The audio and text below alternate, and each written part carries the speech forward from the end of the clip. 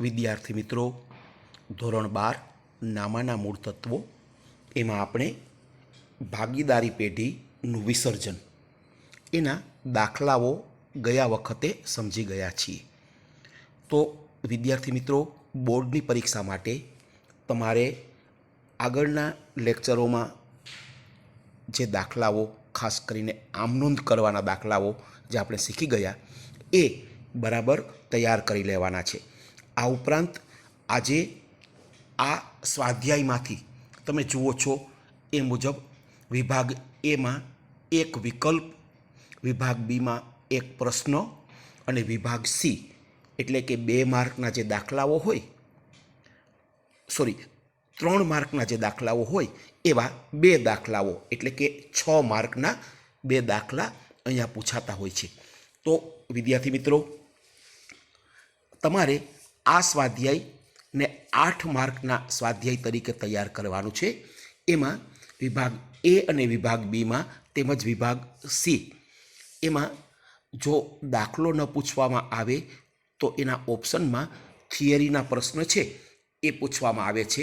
એને આજે આપણે બરાબર ધ્યાનથી સમજી લઈએ છીએ. તો વિદ્યાર્થી મિત્રો, ખાસ અગત્યનું એક પ્રશ્ન એ છે કે ભાગીદારી પેઢીના વિસર્જનની રીતો કેટલી અથવા પદ્ધતિઓ કેટલી હોય છે. તો વિદ્યાર્થી મિત્રો, ખાસ યાદ રાખો કે 1932ના ભારતીય ભાગીદારી કાયદા મુજબ પેઢીનું જ્યારે વિસર્જન થાય ત્યારે 2 રીત અથવા 2 પદ્ધતિએ એનું વિસર્જન કરવામાં આવે છે. હવે મિત્રો, પ્રથમ વિસર્જનને સામાન્ય વિસર્જન કહેવાય અથવા તો અદાલત એટલે કે કોર્ટ એમાં હસ્તક્ષેપ ન કરે એના સિવાયનું વિસર્જન.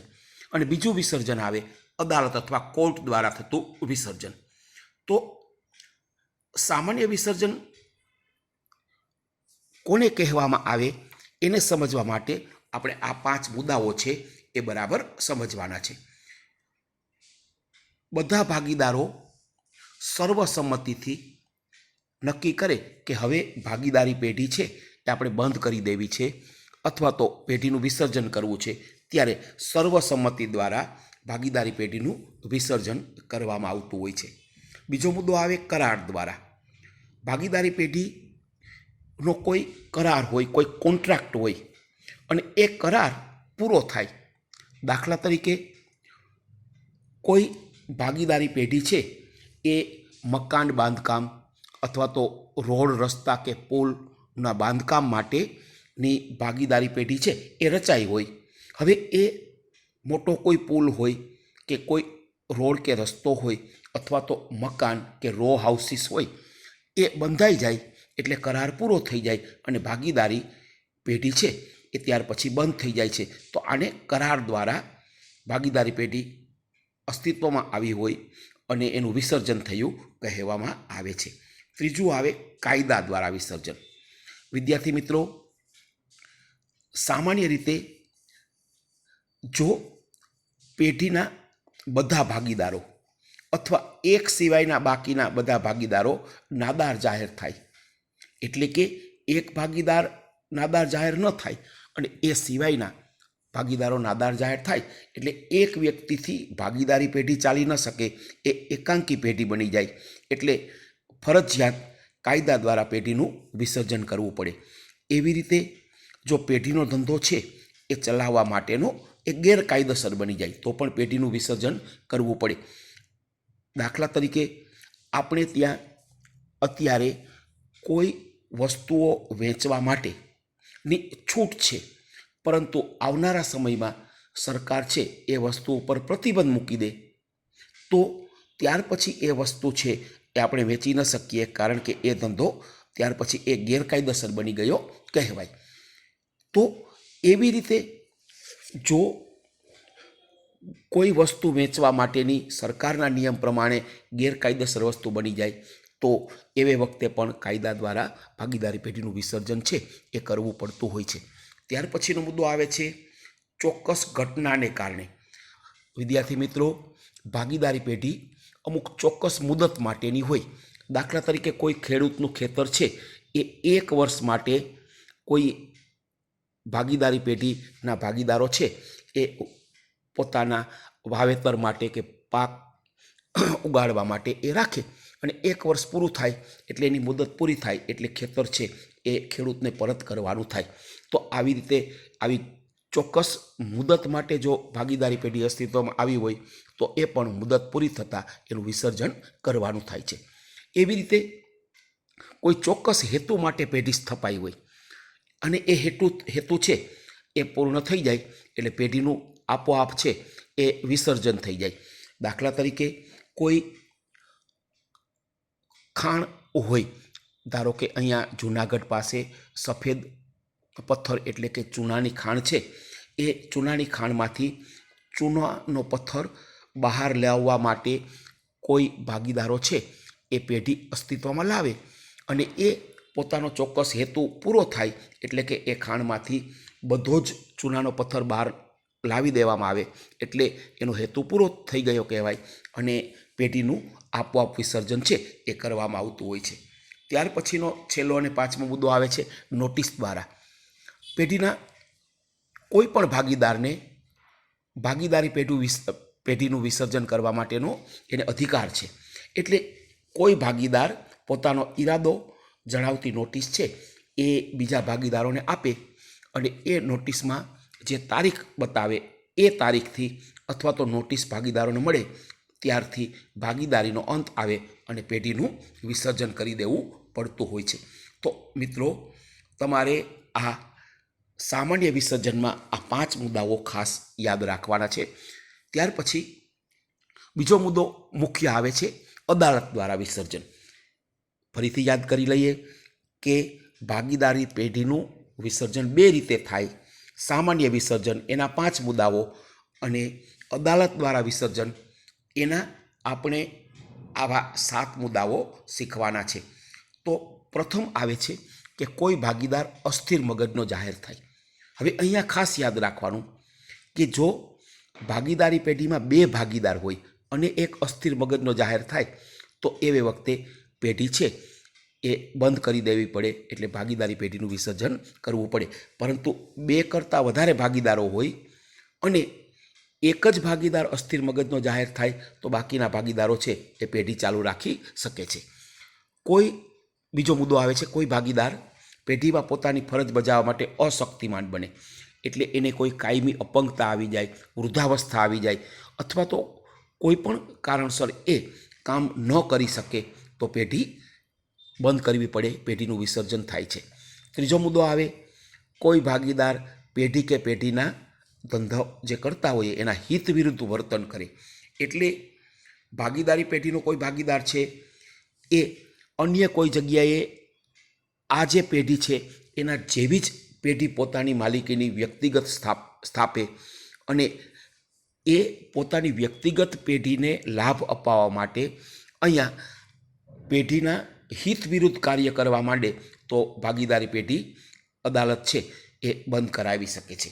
ત્યાર પછી ચોથો મુદ્દો આવે કોઈ ભાગીદાર ઈરાદાપૂર્વક ધંધાની જે શરતો હોય એનો વારંવાર ભંગ કરે.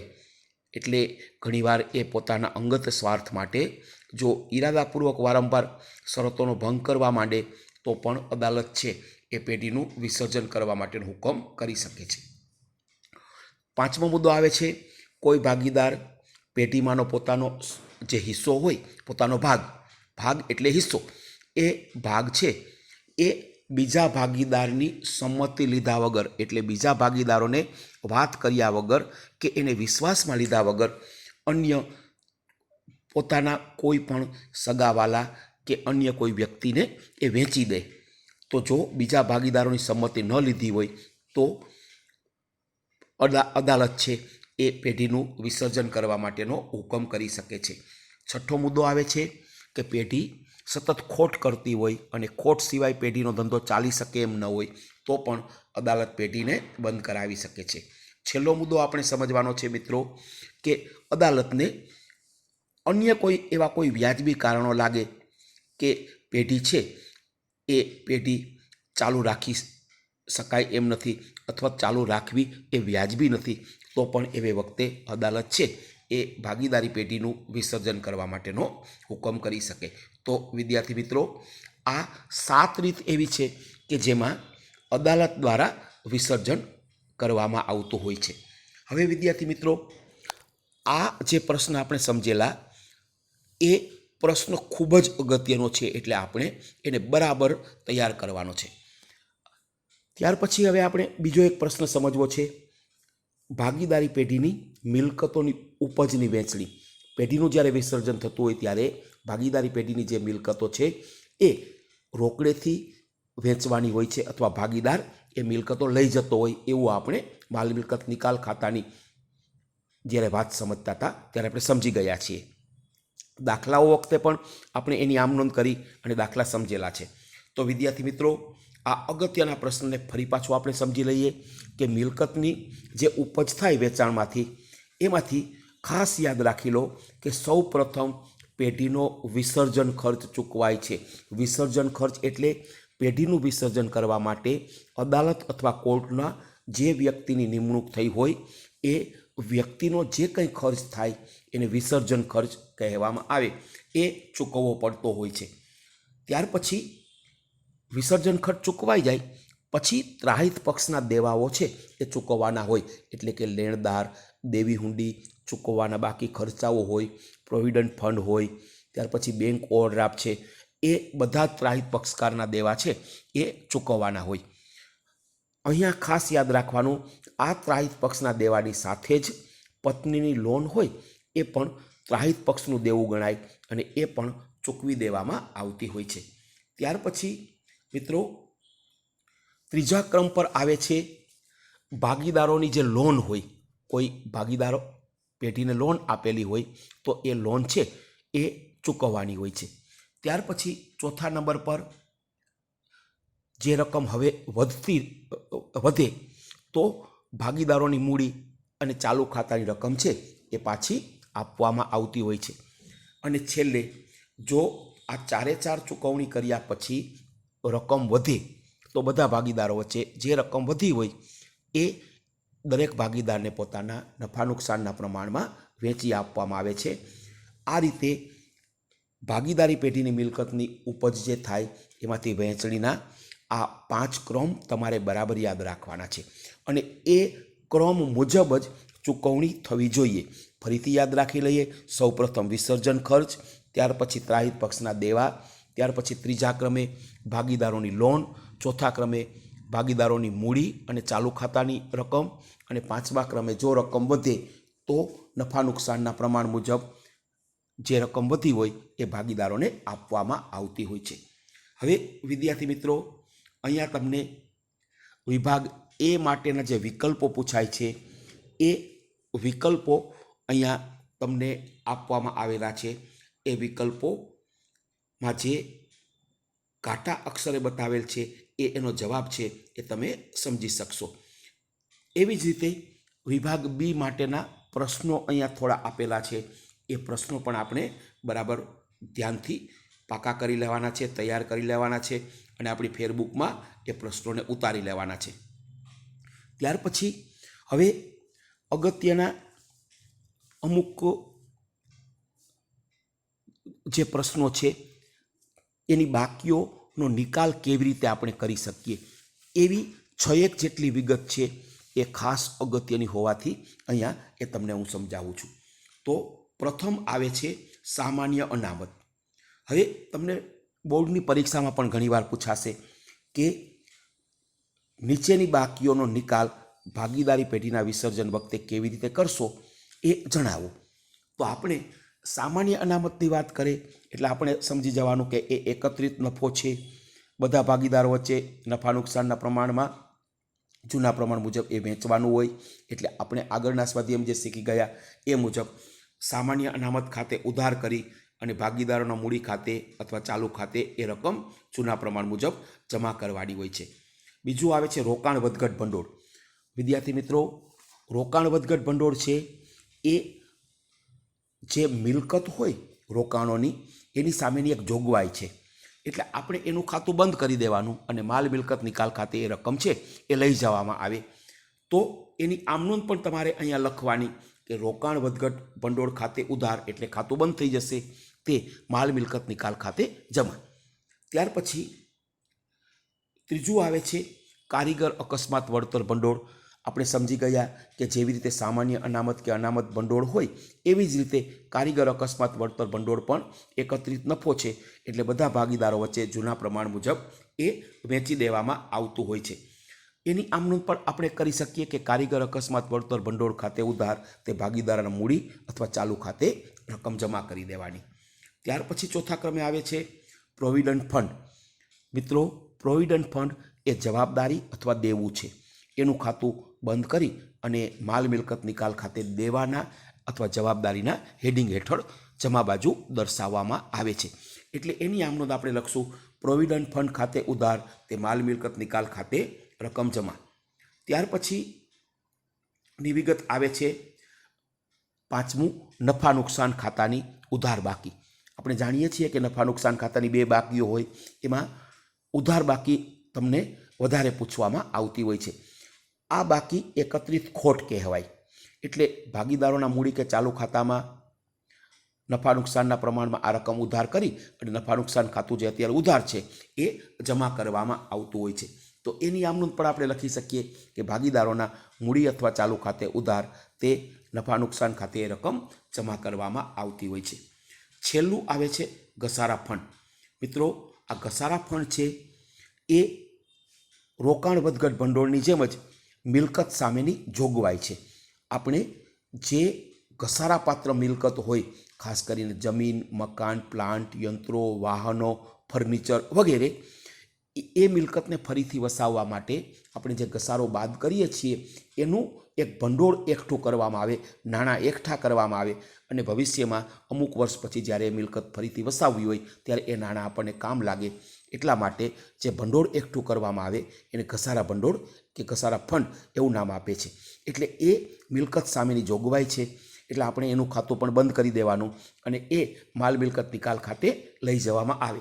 તો એની આમ નોંધ આપણે કરી શકીએ ઘસારા ફંડ ખાતે ઉધાર તે માલ મિલકત નિકાલ ખાતે જમા. તો આ રીતે મિત્રો આ 6 વિગતો એવી છે કે એ બાકીઓનો નિકાલ તમે પેઢીના વિસર્જન સમયે કેવી રીતે કરો એ અહીંયા આપણે સમજાવેલું છે. તો વિદ્યાર્થી મિત્રો, તમારે આજે આપણે જે સમજાવેલા એ ભાગીદારી પેઢીના વિસર્જનની 2 રીતો, સામાન્ય વિસર્જન અને અદાલત દ્વારા વિસર્જન, ત્યાર પછી મિલકતોની ઉપજ જે થાય એમાંથી વહેંચણીના 5 ક્રમ એ બરાબર યાદ રાખી લેવાના. ત્યાર પછી વિભાગ એ અને વિભાગ બીના પ્રશ્નો, ત્યાર પછી છેલ્લે જે હમણાં સમજાવેલી કે પાકા સરળ એમ દર્શાવેલી બાકીઓનો નિકાલ કેવી રીતે કરશો વિસર્જન સમયે, આ પ્રશ્નો બરાબર તૈયાર કરી લેવાના છે જેથી કરીને આ સ્વાધ્યાયમાં આપણને પૂરા માર્ક મળી શકે. અસ્તુ. જય શ્રી કૃષ્ણ.